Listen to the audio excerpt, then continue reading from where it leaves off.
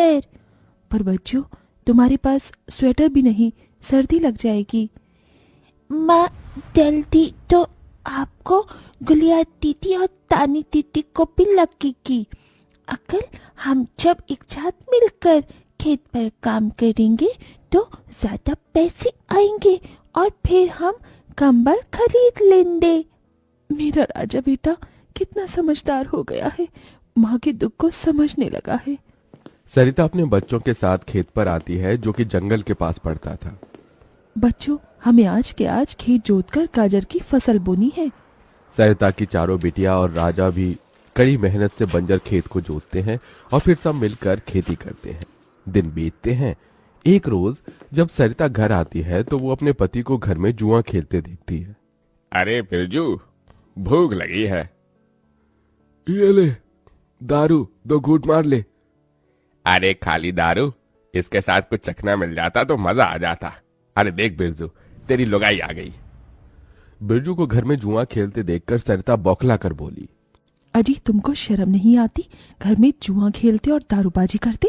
तो फिर बोली, अरे जानती नहीं पति परमेश्वर होता है और पत्नी की जगह पति के पैरों में होती है। चल जल्दी से मेरे लिए अंडा ऑमलेट बना और गरम रोटी भी। तुम्हें अब मुफ्त का खिलाने को राशन नहीं मेरे पास। 6 बच्चे हो गए हैं, जानती भी हो इन सब का पेट कितनी मुश्किल से पाल रही हूँ मैं। तुम्हें तो जिम्मेदारी से मतलब ही नहीं। घर में बूढ़ा बीमार पिता है, तुम तो कमाने गए थे ना, फिर क्या हुआ? आते ही पैसे मांगने लगी। पति ने खाया पिया कि नहीं ये तेरा बाप पूछेगा। नशे में तो बिरजू सरिता से अकड़ते हुए अपनी चमड़े की चप्पल निकालकर उसे बहुत पीटता है। ये ले, और लड़ाएगी जबान। मैं कमाता नहीं तो क्या इस घर में मेरी इज्जत नहीं होगी? ये ले। बचाओ, ओह बचाओ, माँ को मत मारो पिताजी। तभी लड़खड़ाते हुए बिछौने से उठकर बूढ़ा रामा कहता है, अरे निकम्मे, छोड़ दे बहू को, निकल जा इस घर से तू, और फिर कभी शक्ल मत दिखाना। अरे ये मेरा घर है, मैंने बनाया है इसे।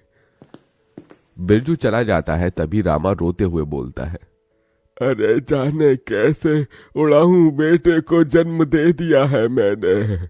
मेरे हाथों भारी गलती हो गई जो इसे तेरी शादी कराई। बहू माफ कर दे मुझे। पर उस 5 बेटियों की गरीब माँ का दुख इतना ही नहीं था कि एकदम से जोरदार तूफान उठा और झोपड़ी की छत हवा के झोंके से उखड़ कर गिर गई। हे भगवान, इतना भयंकर तूफान! तानी, गुड़िया, अंजू, तुम तीनों सोनी, राजा और मुनिया को लेके बाहर निकलो। मैं दादाजी को लेकर आती हूँ। उठिए बाबूजी। नहीं बहू, तू जा, मेरा समय आ गया है। तुझे उन 5 बच्चियों की सौगंध, तेरे बाद उन्हें देखने वाला कोई नहीं। जा बहू जा। सरिता के बाहर निकलते ही पूरी झोपड़ी गिर जाती है। सरिता छाती पीट पीट कर रोने लगती है। बाबूजी। अरे कैसा निर्दयी है रे तू ऊपर वाले। क्या मिला आखिर, क्या मिला तुझे मेरा घर उजाड़ कर? तू खुद तो अपने घर में सो रहा है और मेरी 5 बेटियों को बेघर कर दिया। जवाब दे, तू बोलता क्यों नहीं? सरिता को टूट कर रोता देखकर उसकी 5 बेटी भी बिलख बिलख कर रोती है। चुप हो जाओ माँ, रो मत। माँ, मुझे जल्दी ठंड लगती है। हे भगवान, इतनी बर्फ गिर रही है, मुझे इस ठंड से अपने बच्चों को बचाना होगा। सरिता सबका दरवाजा खटखटाती है मगर कोई भी मुसीबत में उसकी मदद नहीं करता। हार कर वो अपने जंगल वाले गाजर के खेत में आ जाती है और सब रात भर ठंड से कांपते ठिठुरते हुए बीतती है। माँ, बहुत भूख लगी है। हाँ माँ, मुझे भी भूख लगी है। तभी सरिता की सबसे बड़ी बेटी तानी खेत में देखती है जहाँ लाल लाल गाजर उगे थे। देखो माँ, हमारे खेत में तो गाजर तैयार हो गए हैं। फिर तानी अपने सभी भाई बहनों को गाजर तोड़ कर देती है। ये लो मेरी बहनों, गाजर खा लो।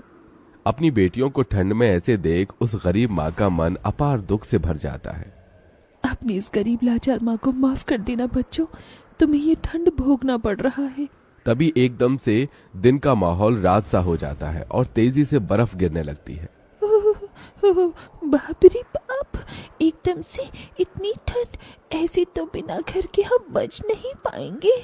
तभी सरिता अपना आंचल उन पर उड़ाती है, मगर बच्चे थरथरा उठते हैं कि एकदम से गुड़िया कहती है, माँ, तानी दीदी, हम अपना घर बना सकते हैं।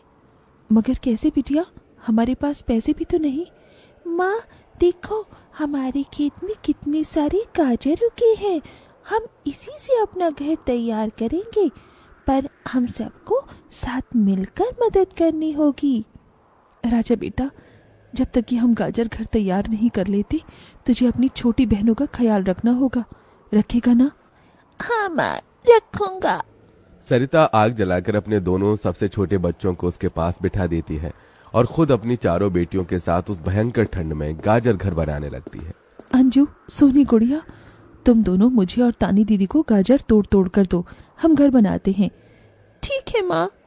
गरीब माँ बेटियां मिलकर गाजर घर बनाती हैं, मगर घर एकदम से ढह जाता है, जिससे सरिता दुखी हो जाती है।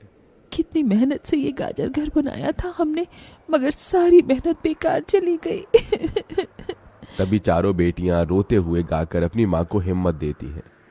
जिंदगी की यही रीत है, हार के बाद ही जीत है, थोड़े आंसू है थोड़ी हंसी, आज गम है तो कल है खुशी, जिंदगी की यही रीत है, हार के बाद ही जीत है। मेरी बच्चियों। रोते हुए सरिता अपनी बेटी को गले से लगा लेती है। वो फिर कोशिश करते हैं, कई बार उनका गाजर घर बिगड़ता है। तभी गुड़िया कहती है, माँ, अगर हम अपना गाजर घर मजबूत बनाने के लिए पहले लकड़ी फट्टे से ढांचा बना लें, तो फिर हमारा गाजर घर नहीं गिरेगा। सब ऐसा ही करते हैं, जिससे उस बार उनका गाजर का घर मजबूत बन जाता है। सरिता अपनी पांचों बेटियों और बेटे के साथ घर के अंदर आती है। तब जाकर उनके शरीर को गर्माहट महसूस होती है। अरे वाह माँ, दीदी, आप सबने कितना सुंदर गाजर घर बनाया है, और ये कितना गर्म भी है। तभी सरिता अपने बेटे बेटियों का मुंह देखती है। सबकी आंखों में भूख थी। मैं जानती हूँ तुम सबको भूख लगी है ना, अपनी माँ को एक दिन दे दो, मैं कल काम ढूंढ लूंगी। ठीक है, आज हम ये गाजर खाकर सो लेंगे। आप भी खा लो ना माँ, आपने 2 दिन से कुछ नहीं खाया। सोनी अपने नन्हे हाथों से अपनी गरीब माँ को गाजर खिलाती है। अगले दिन सरिता ठंड में इधर से उधर काम ढूंढने भटकती रहती है, मगर कोई उसे काम नहीं देता। इधर अब उसके खेत के गाजर भी खत्म हो गए थे, जिससे उसकी बेटियां भूखी थी और उसकी दुधमुही बेटी भूख से रोई जा रही थी। माँ, मुन्ना को भूख लगी है, उसे खाना चाहिए। छोटे बच्चे खाना नहीं खाते राजा, इसे दूध पीना है। हे बसुरी बजैया, एक माँ की ममता की इतनी भी परीक्षा मत लो कि वो अपने बच्चे को दूध भी ना पिला सके। तभी सरिता को द्वार पर एक गाय के रंभाने की आवाज सुनाई दी। माँ, लगता है बाहर गाय आई है। सरिता अपनी बेटियों के साथ बाहर आकर देखती है तो गाय के थन से दूध की धारा बहे जा रही थी। इस गाय के थन में कितना दूध गिर रहा है। सरिता गाय का गर्म दूध अपनी बेटी को पिलाती है। तभी गाय उसके खेत में जाकर गोबर कर देती है, जिससे एकदम से जादू होता है और खेत लाल चमकदार गाजर से भर जाता है। माँ, ये तो कोई जादुई गाय लगती है। देखो, हमारे खेत में कितने गाजर उगाए। हाँ गुड़िया, मैं जादुई गाय हूँ। मुझे वरदान प्राप्त है, जिस भी बंजर खेत में मैं गोबर करूंगी वो फसल से भर जाएगी। मैं इससे पहले भी तुम्हारे खेत में आई थी। इसका मतलब गौ माता, आपकी वजह से उस वक्त भी मुझ गरीब के बंजर खेत में गाजर उगी थी। आपका कोटि कोटि धन्यवाद गौ माता। माँ, तुम काम ढूंढ रही थी ना, अब मैं ढूंढना। तुम तो कितना अच्छा गाजर का हलवा बनाती हो, और गाय के दूध से खोया, घी, दूध सब बनता है।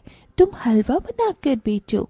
सरिता उस गाय के दूध से घी खोया तैयार कर लेती है और गाजर का हलवा बनाकर बेचने लगती है, जो कि लोगों को खाने में स्वादिष्ट लगता है।